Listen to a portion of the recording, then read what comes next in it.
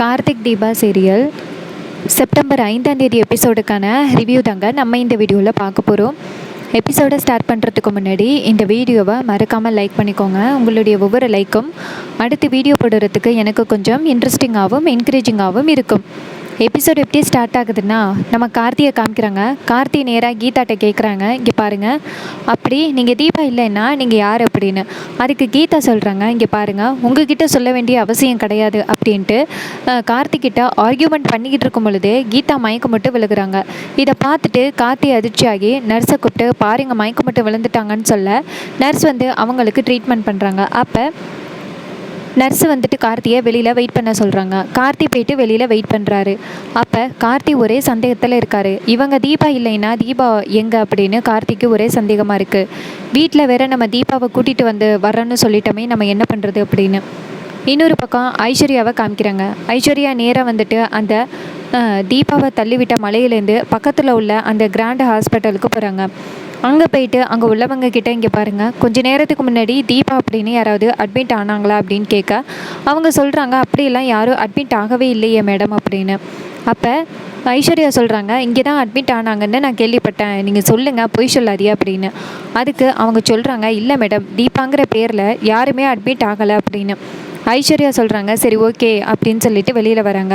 ஐஸ்வர்யா நினைக்கிறாங்க, அப்போ மீனாட்சி பொய் சொல்லியிருப்பாளோ அப்படின்ட்டு. மீனாட்சி கோவமாக மறுபடியும் ஹாஸ்பிட்டல் வராங்க. ஹாஸ்பிட்டலில் நம்ம மீனாட்சி உட்காந்துருக்காங்க. அப்போ ஐஸ்வர்யா வந்துட்டு நேராக மீனாட்சி கிட்ட, இங்கே பாருங்க அக்கா, என்கிட்ட பொய் சொன்னீங்களா அப்படின்னு. மீனாட்சி கேட்குறாங்க, நான் என்னடி பொய் சொன்னேன் அப்படின்னு. அதுக்கு ஐஸ்வர்யா சொல்கிறாங்க, இங்கே பாருங்கள், தீபா எங்கே இருக்கா அப்படின்னு உங்ககிட்ட கேட்டேன், ஆனால் தீபா வந்துட்டு இல்லைன்னு நீங்கள் சொன்னீங்க, ஹாஸ்பிட்டலில் இருக்கான்னு சொன்னீங்க. நானும் நீங்கள் சொன்ன ஹாஸ்பிட்டலுக்கு போய் பார்த்தேன், அங்கே தீபாங்கிற பேரில் யாருமே அட்மிட் ஆகலை, எதுக்காக என்கிட்ட பொய் சொன்னீங்க அப்படின்னு. அதுக்கு மீனாட்சி சிரிச்சுக்கிட்டே, நான் உங்ககிட்ட பொய் சொன்னேன்னா, இல்லையே, நான் கரெக்டாக தான் சொன்னேன், பக்கத்தில் உள்ள ஜி ஹாஸ்பிட்டல்னு சொன்னேன் அப்படின்னு. அப்போ ஐஸ்வர்யா சொல்கிறாங்க, அக்கா, நீங்கள் தேவையில்லாமல் என்னை சுற்றி விடணும் அப்படிங்கிறதுக்காக சொல்கிறீங்க அப்படின்னு. அப்போ மீனாட்சி சொல்கிறாங்க, இங்கே பாரு, உன்கிட்ட போய் தீபா இருக்கிற இடத்த சொல்லுவேனா, கண்டிப்பாக சொல்ல மாட்டேன் அப்படின்னு. ஐஸ்வர்யா சொல்கிறாங்க, அக்கா, அத்தைக்கு ஏற்கனவே உடம்பு சரியில்லை, அட்லீஸ்ட்டு கார்த்தி அழைச்சிட்டு வர டைம் எடுக்கிறாரு அப்படின்ட்டு நானாவது போய் கூட்டிகிட்டு வரலாம் அப்படின்னு தான் ட்ரை பண்ணேன். ஆனால் நீங்கள் என்னை தப்பாக நினச்சிக்கிட்டு என்னை வந்துட்டு கொண்டு போய் விட மாட்டேன்னு சொல்கிறீங்கல்ல அப்படின்னு. மீனாட்சி சொல்கிறாங்க, இங்கே பாரு, கொஞ்ச நேரத்தில் கார்த்தி கண்டிப்பாக கூட்டிகிட்டு வந்துடுவார், நீ அமைதியாக இருந்தாலே போதும் அப்படின்னு. இது கேட்டுட்டு ஐஸ்வர்யா சொல்கிறாங்க, அக்கா, என்ன இப்படி பேசுகிறீங்க அப்படின்னு. அதுக்கு மீனாட்சி சொல்கிறாங்க, தீபா உயிரோடு இல்லைன்னு என்னெல்லாம் பேசுனேன், இப்போ என்ன இப்படி பேசுகிற, அமைதியாக இரு, கார்த்தி கொஞ்ச நேரத்தில் தீபாவை கூட்டிகிட்டு வருவார் அப்படின்னு. இதை கேட்டுட்டு ஐஸ்வர்யா நினைக்கிறாங்க, அவள் இருக்கிற இடத்த தெரிஞ்சு அவளை தீர்த்து கட்டலாம் அப்படின்னு ட்ரை பண்ணால் இவள் இருக்கிற இடத்த சொல்ல மாட்டேங்கிறாளே, அவள் இருக்கிற இடத்த நம்ம எப்படி தெரிஞ்சுக்கிறது அப்படின்னு ஐஸ்வர்யா குழப்பத்தில் இருக்காங்க. அதுக்கப்புறம் அபிராமிக்கு வந்துட்டு கொஞ்சம் மூச்சு திணற ஆரம்பிக்குது. அப்போ டாக்டரெல்லாம் போய் பார்க்குறாங்க. பார்த்துட்டு அபிராமியை, இங்கே பாருங்கள், என்ன மேடம், அமைதியாக இருங்க, எதை பற்றியும் யோசிக்காதீங்க அப்படின்னு சொல்ல அபிராமி சொல்கிறாங்க, என் மருமக தீபா வந்துட்டாளா, அவளை பார்க்கணும் அப்படின்னு. டாக்டர் சொல்கிறாங்க, மேடம், ஒரு 5 நிமிஷம் வெயிட் பண்ணுங்கள், அவங்க வந்துடுவாங்க அப்படின்னு. அபிராமி சொல்கிறாங்க, இல்லை, என் மருமக எங்கே இருக்கான்னு எனக்கு தெரியணும், நீங்கள் எல்லோரும் சேர்ந்து என்கிட்ட பொய் சொல்ல பார்க்குறீங்க, அவள் எங்கே இருக்கா, அவளை வர சொல்லுங்க அப்படின்னு. அப்போ டாக்டர் சொல்கிறாங்க, ஒரு நிமிஷம் பொறுங்க மேடம் அப்படின்னு சொல்லிட்டு நேராக வெளியில் வந்துட்டு அருணாச்சலத்துக்கிட்ட, இங்கே பாருங்கள் சார், மேடத்தோட கண்டிஷன் ரொம்ப வந்துட்டு சேஞ்ச் ஆகிட்டே இருக்குது, எப்போ வேணும்னாலும் அவங்களுக்கு வந்துட்டு ஹார்ட்டில் ப்ராப்ளம் வரதுக்கு சான்சஸ் இருக்குது, பிபி அதிகமாகுது, மூச்சு விட முடியலை, ஸோ நீங்கள் சீக்கிரம் அந்த தீபாவை கூட்டிகிட்டு வந்தீங்கன்னா நல்லாயிருக்கும் அப்படின்னு. இது கேட்டதோட அருணாச்சலம் சொல்கிறாரு, இருங்க சார், இன்னும் கொஞ்ச நேரத்தில் கார்த்தி கூட்டிகிட்டு வந்துடுவான் அப்படின்னு. டாக்டர் சொல்கிறாங்க, நேற்றையிலேருந்து அதை தான் சொல்கிறீங்க, ஆனால் பேஷண்ட்டோட நிலைமையை நீங்கள் யோசிக்கவே மாட்டேங்கிறீங்க, அப்படி அந்த தீபா எங்கே தான் இருக்காங்க அப்படின்னு. அருணாச்சலம் சொல்கிறாரு, இருங்க சார், இப்போ கூட்டிகிட்டு வந்துடுவான் புள்ள அப்படின்னு சொல்ல டாக்டர் சொல்கிறாங்க, இங்கே பாருங்கள், உங்களுக்கு 10 நிமிஷம் தான் டைம், அதுக்குள்ளேயும் நீங்கள் கூட்டிகிட்டு வரலைன்னா என்ன வேணாலும் நடக்கலாம் அப்படின்னு சொல்லிட்டு அந்த இடத்துலேருந்து போகிறாங்க. அதுக்கப்புறம் அருணாச்சலம் நேராக ஆனந்துக்கிட்ட, ஆனந்து சீக்கிரம் கார்த்திக்கு கால் பண்ணுப்பா அப்படின்னு சொல்ல ஆனந்து நேராக கார்த்திக்கு கால் பண்ணுறாங்க. கார்த்தி ஃபோன் அட்டன் பண்ணி, சொல்லுங்கப்பா அப்படின்னு சொல்ல ஆனந்து சொல்கிறாரு, கார்த்தி, நான் ஆனந்து பேசுகிறேன், தீபாவை அழைச்சிட்டு வரியா என்ன அப்படின்னு. கார்த்தி சொல்கிறாரு, தீபாவுக்கு மறுபடியும் மயக்கம் வந்துருச்சு, படுத்து கிடக்குறாங்க, அவங்களுக்கு ட்ரீட்மெண்ட் நடந்துக்கிட்டு இருக்கு, கொஞ்சம் நேரத்தில் நான் கூட்டிகிட்டு வரேன் அப்படின்னு. உடனே அந்த ஆனந்தும், சரி கார்த்தி, நீ டிலே பண்ணுற ஒவ்வொரு நேரமும் அம்மா உயிருக்கு ரொம்ப ஆபத்தாக போயிட்டே இருக்குது, சீக்கிரம் கூட்டிகிட்டு வா அப்படின்னு. இது கேட்ட கார்த்தியும் சரிங்கண்ணா அப்படின்னு சொல்லிட்டு காலை கட் பண்ணுறாங்க. அப்போ கார்த்தி ஃபோனை கட் பண்ணிவிட்டு நேராக நர்ஸுக்கிட்ட அந்த மேடம் கண் முழிச்சிட்டாங்களா அப்படின்னு கேட்க, நர்ஸ் சொல்கிறாங்க கண் முழிச்சிட்டாங்க அப்படின்னு சொல்ல, கார்த்தி போயிட்டு நேராக கீதாவை பார்க்குறாங்க. பார்த்துட்டு, இங்கே பாருங்கள் மேடம், நீங்கள் யார், எந்த ஊர்லேருந்து வரீங்க அப்படின்னு. அப்போ கீதா சொல்கிறாங்க, அதை உங்ககிட்ட சொல்ல வேண்டிய அவசியம் இல்லை. நான் உங்ககிட்ட ஒரே ஒரு ரெக்வஸ்ட்டு தானே கேட்டேன், ஒரே ஒரு கார் மட்டும் அரேஞ்ச் பண்ணி கொடுக்க சொன்னேன், ஒரே ஒரு கார் மட்டும் அரேஞ்ச் பண்ணி கொடுக்க முடியுமா அப்படின்னு. கார்த்தி சொல்கிறாரு, சரிங்க மேடம், நான் அரேஞ்ச் பண்ணி கொடுக்குறேன், நீங்கள் பத்திரமா போயிடுவீங்களா அப்படின்னு. கீதா சொல்கிறாங்க, இங்கே பாரு, நான் யாருன்னு உனக்கு தெரியுமா, தெரிஞ்சால் நீ இப்படியெல்லாம் பேச மாட்டேன் அப்படின்னு. கார்த்தி சொல்கிறாரு, இல்லை மேடம், நீங்கள் யாருன்னு எனக்கு சரியாக தெரியாது அப்படின்னு. அப்போ கீதா சொல்கிறாங்க, கூடிய சீக்கிரம் தெரிஞ்சுப்ப அப்படின்னு சொல்லிட்டு எனக்கு ஒரு காரை மட்டும் அரேஞ்ச் பண்ணு அப்படின்னு சொல்ல, கார்த்தி சொல்கிறாரு, என்கிட்டே ஒரு கார் இருக்குது, நீங்கள் அந்த காரையை எடுத்துகிட்டு போங்க அப்படின்னு.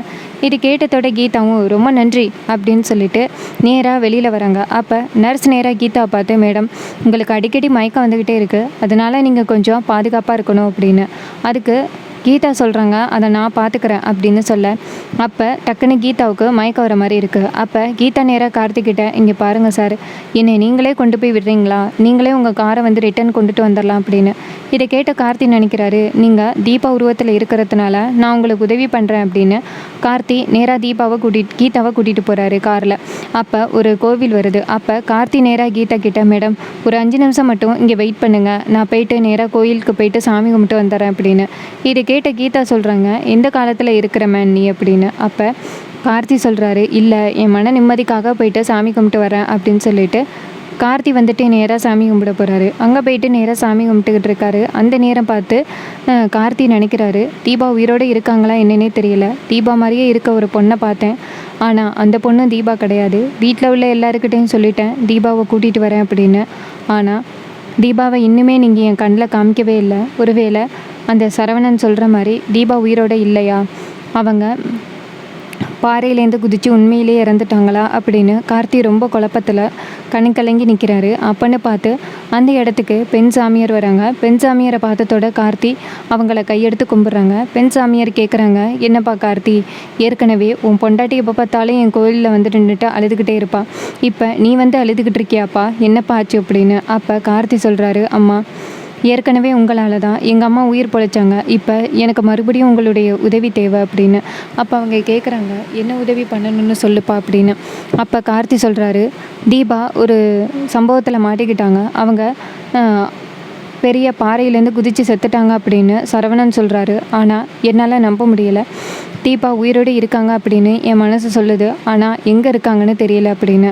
அப்போ அந்த பெண் சாமியார் சிரிச்சுக்கிட்டே, இங்கே பாருப்பா, உன் காதல் உன்னை விட்டு எங்கேயுமே போகவே இல்லை, தீபா உயிரோடு தான் இருக்கா, நீ அவளை தேட ஆரம்பியே, கண்டிப்பாக அவள் கிடைப்பா அப்படின்னு சொல்ல கார்த்தி ரொம்ப சந்தோஷப்படுறாரு. கார்த்தி நேராக அந்த அம்மாவை பார்த்து, தீபா மாதிரியே இருக்க ஒரு பொண்ணை பார்த்தேன், ஆனால் அந்த பொண்ணு தீபா இல்லை, அவளுடைய பிரச்சனையை சரி பண்ணுறதுக்காக தான் நான் அவளை கூட்டிகிட்டு போயிட்டுருக்கேன் அப்படின்னு.